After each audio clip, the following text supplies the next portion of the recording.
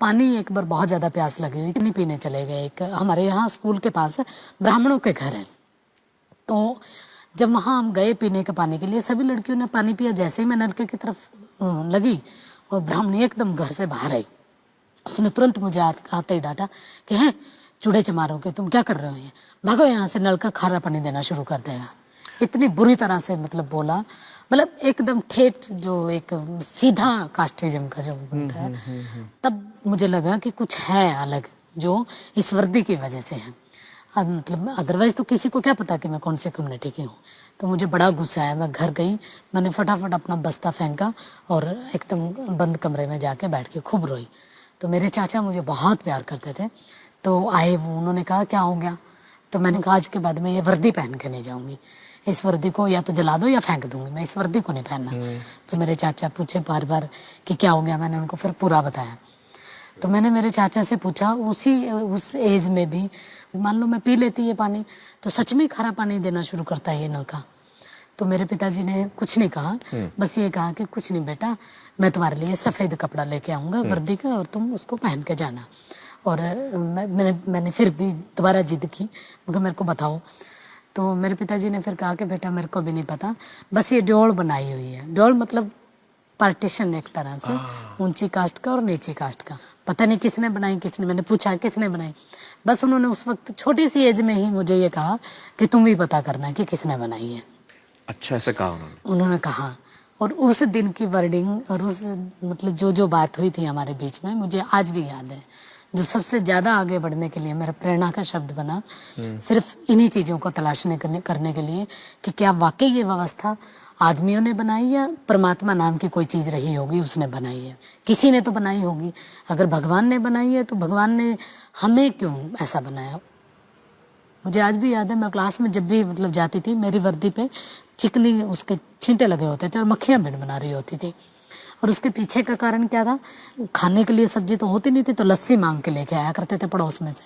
तो लस्सी लेने के लिए जाते तो मैं वर्दी डाले हुए होती थी जैसे स्कूल की, वो डालते, वो कहती यहाँ रख दे, तो नीचे रखवाती डोलू को, और वो ऊपर से ऐसे लस्सी फेंकती, और वो फेंकती वो डोलू में कम, कपड़ों पे ज़्यादा लगती, उससे भिनभिनाहट होती। और इसको जब मैं मतलब मैंने जब धर्मशास्त्रों को जब पढ़ा, तब मैंने देखा कि इसके पीछे कारण क्या था। क्या? क्योंकि ऐसे मतलब पूरा शास्त्र हमारे ये बताते हैं कि इन लोगों को इस तरीके से रहना चाहिए कि इनके कपड़ों में से बदबू आए। उनको नया कपड़ा पहनने का अधिकार नहीं है, उनको जेवर पहनने का अधिकार नहीं है, वो उनको हमेशा झूठन खानी है, हमेशा दूसरे के दिया हुआ खाना, उनके उस पे उनको जीवित रहना है, अपने आप से कुछ नहीं लेना। आर्थिक रूप से हम लोग बहुत कमज़ोर थे, लेकिन ये रहा कि पिताजी को हमेशा मैंने हंसते हुए देखा।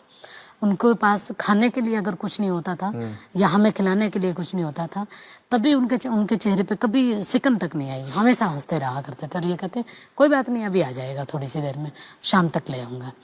और मतलब मुझे आज भी वो दिन याद है कि हम स्कूल से जब लौटते थे, घर में कुछ नहीं होता था, सब्जी या कुछ ऐसी कोई इवन चटनी तक नहीं होती थी खाने के लिए। और आपको मैं बताऊं कि हम खाना कैसे खाते थे स्कूल से आने के बाद।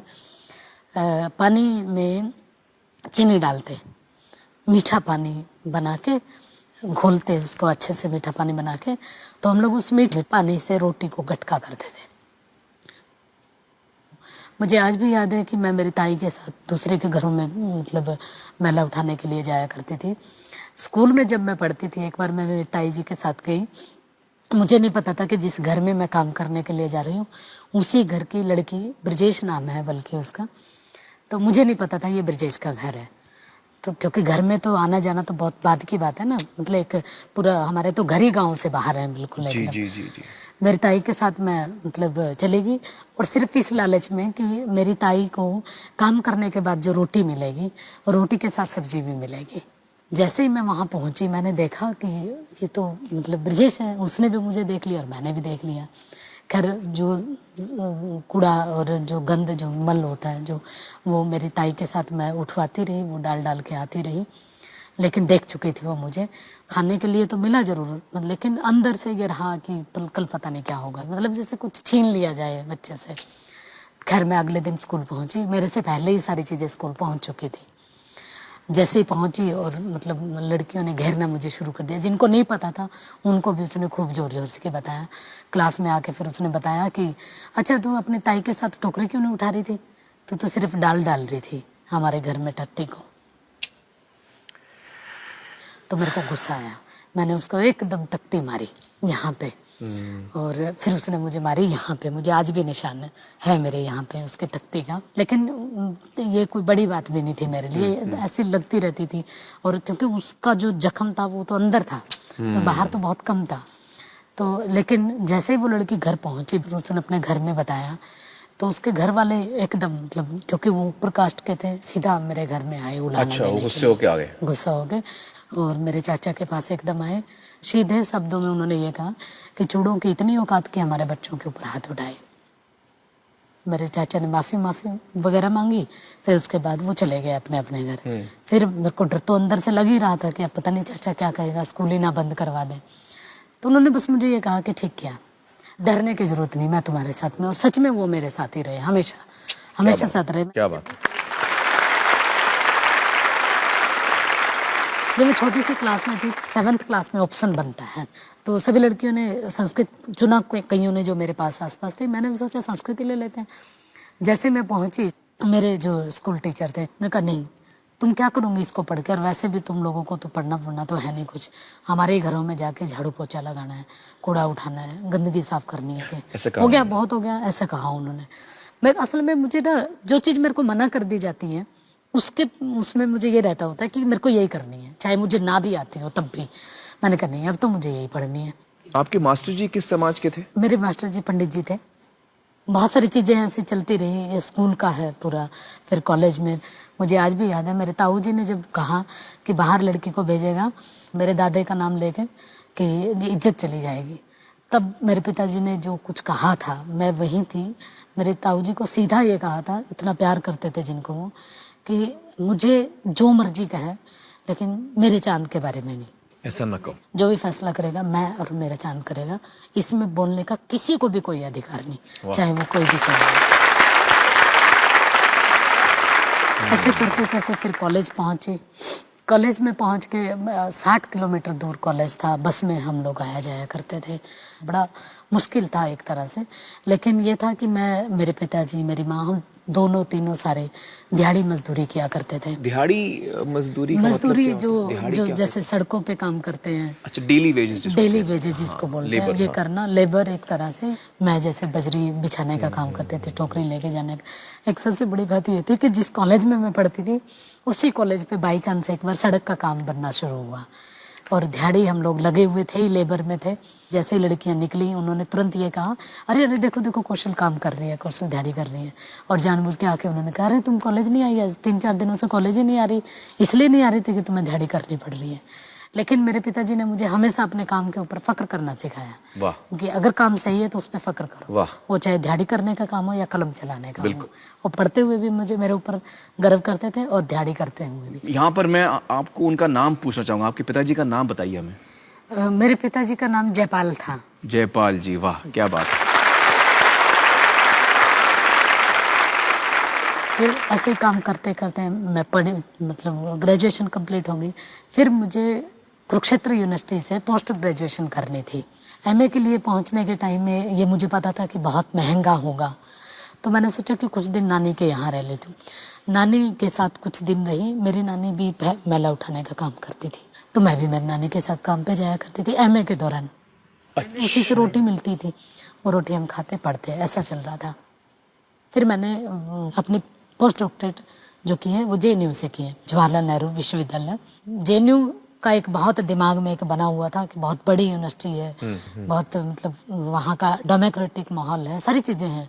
लेकिन वहाँ जब मैं पहुँची हॉस्टल में, वहाँ भी ऐसे ही मेरी रूममेट जो मतलब ब्राह्मण थी, उसने कोई भी कसर ऐसी नहीं छोड़ी कि जिससे मैं यूनिवर्सिटी ना छोड़ पाऊँ। इतना टॉर्चर करती थी, बिल्कुल मतलब हर तरह के तरीके वो अपनाती थी, एक से एक। और हद तो तब हुई जब उसने मुझे हॉस्टल से बाहर निकालने की कोशिश की। वो ये चाहती थी कि मैं उसका रूम छोड़ दूँ। लेकिन खैर लास्ट में उसने मुझे जाते जाते ये कहा कि एक भंगी के साथ रहने से अच्छा है कि मैं इसको, मतलब मैं ही रूम खाली कर दूँ। तो जेएनयू में भी, दिल्ली में भी आपको ऐसी चीजों का इसी सामना तरीके करना से, मतलब आप ये देखिए ना, हॉस्टल में इस तरीके से हो रहा है। और फिर उसके बाद इससे कई गुना कड़वा सच जब मैंने सुना, जिस बेंच पे मैं बैठती होती थी, ये कहा जाता था कि अगर जिस दिन किसी को ये पता लगा कि कौशल की ये कम्युनिटी है, जिस बेंच पे ये बैठती है, उस बेंच को हवन से शुद्ध करवाना पड़ेगा, उसको धोना पड़ेगा। और ये बात मैं ही सिर्फ नहीं जानती, मेरे गाइड भी जानते हैं। मैंने मेरे गाइड को सामने आके बताया कि ऐसे ऐसे करके एक स्टूडेंट मेरे बारे में ये कह रहा है। उस दिन के बाद मुझे लगा वाकई कि जेएनयू में आने का भी कोई फ़ायदा नहीं हुआ। उस दिन मैं वाकई जेएनयू छोड़ने का विचार किया, लेकिन बस पिताजी ने मुझे जाते जाते भी एक ही बात कही थी कि तुम्हें कोई कुछ भी कहता रहे, बस अपनी लाइन से नहीं हटना। अगर तुम अपनी लाइन से हटी तो कुछ नहीं कर पाओगे। कौशल जी, मैं यहाँ कहना चाहूँगा, काश हिंदुस्तान में सारी बच्चियों को आप जैसे आपको पिता मिला है, उस जैसा पिता मिले। ये तो मुझे, मतलब मैं ये कहूँगी कि हर बेटा बेटी को ऐसे माँ बाप मिलने चाहिए। और आज मैं ये भी कहूँगी, आज यहाँ पहुँच के, हर माँ बाप को बेटी भी ऐसे ही मिलनी चाहिए। इसलिए क्योंकि आज मैं जो कुछ हूँ, अगर मेरे पिताजी मुझे वो ललक पैदा नहीं करते मेरे अंदर, तो मैं यहाँ तक नहीं पहुँचती। और मुझे अपने आप पे गर्व इस बात का है कि मैंने आज सब कुछ किया है वो जो मेरे पिताजी ने चाहा था। बस फ़र्क इतना है कि मैंने जिसके लिए किया वो आज नहीं है।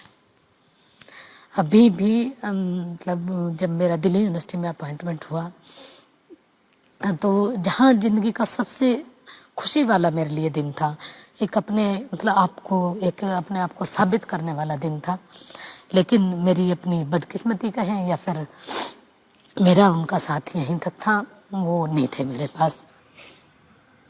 बस आज जो है कमी वो यही कि आज काश अगर पिताजी होते तो एक बार जरूर ये कहते कि उन्होंने जो कुछ किया था मेरे लिए, मैंने उसको जाया नहीं गया। बल्कि मैं आपसे बताऊंगा कि जहां भी हैं वो इस वक्त आपको देख रहे हैं, इस बात का पूरा एहसास उनको जरूर यकीनन है। लेकिन मैं सिर्फ इसमें ये कहूँगी कि कास्ट का फैक्टर, ये जो अछूतपन का जो है, इतना भयानक है कि आप इसको कहीं तक भी ले जाइए, सामने ही मिलता है। इवन यहाँ दिल्ली यूनिवर्सिटी में रहते हुए भी आज भी वही स्थितियाँ हैं, आज भी ऐसे ही व्यवहार होता है जो उस 5वीं 4थी क्लास के बच्चे के साथ हुआ करता था, लेकिन उसका तरीका बदल चुका है। छोटी सी चीज़ मैं ये बताना भी चाहूँगी, अभी मैं तो यूनिवर्सिटी में प्रोफेसर लग चुकी हूँ दिल्ली में। मैंने वहाँ रेंट पे रूम लिया, उनको मैंने बता भी दिया था सीधा सीधा कि मैं दलित कम्युनिटी से हूँ। उसने तब कुछ नहीं कहा। मैं हर रोज़ थोड़ा सा लेट आती थी, क्लासेज होती थी। एक दिन बाई चांस मैं थोड़ा सा पहले आ गई, मैंने देखा मेरी माँ झाड़ू लगा रही है आंगन में, जो हमारा नहीं था, वो तो मकान मालिक का था जिसका घर मतलब हमने रेंट पे लिया हुआ था। तो मैंने कहा ये किसने कहा तुम्हें करने के लिए? उसने कहा कि वो बोल रही थी ऊपर वाली। मेरे को इतना गुस्सा आया, मकान मालिक। मैं फिर फटाफट गई, मेरे को गुस्सा आया बहुत। मैंने कहा आंटी ये क्या करवा रही हैं आप? उसने कहा कि ठीक है, काम तो करना ही पड़ेगा, चाहो तो कमरा खाली कर दो। काम तो मैंने करना कहा ठीक पड़ेगा है। मतलब? तो फिर मैंने अगले दिन ही रूम खाली कर दिया। फिर मोहम्मदपुर में आई, वहाँ भी ऐसे ही हुआ। फिर किशनगढ़ में आई, वहाँ भी ऐसे ही हुआ। मतलब किशनगढ़ वाले में तो बल्कि ऐसे हुआ कि हमने सफेदी करवाई उन्होंने दोबारा उस घर में जिसमें हमने छोड़ा। मतलब एक भी चीज़ ऐसी नहीं छोड़ते जिससे जरा सा भी मतलब हम अपने आप को ये माने कि हम इंसान हैं।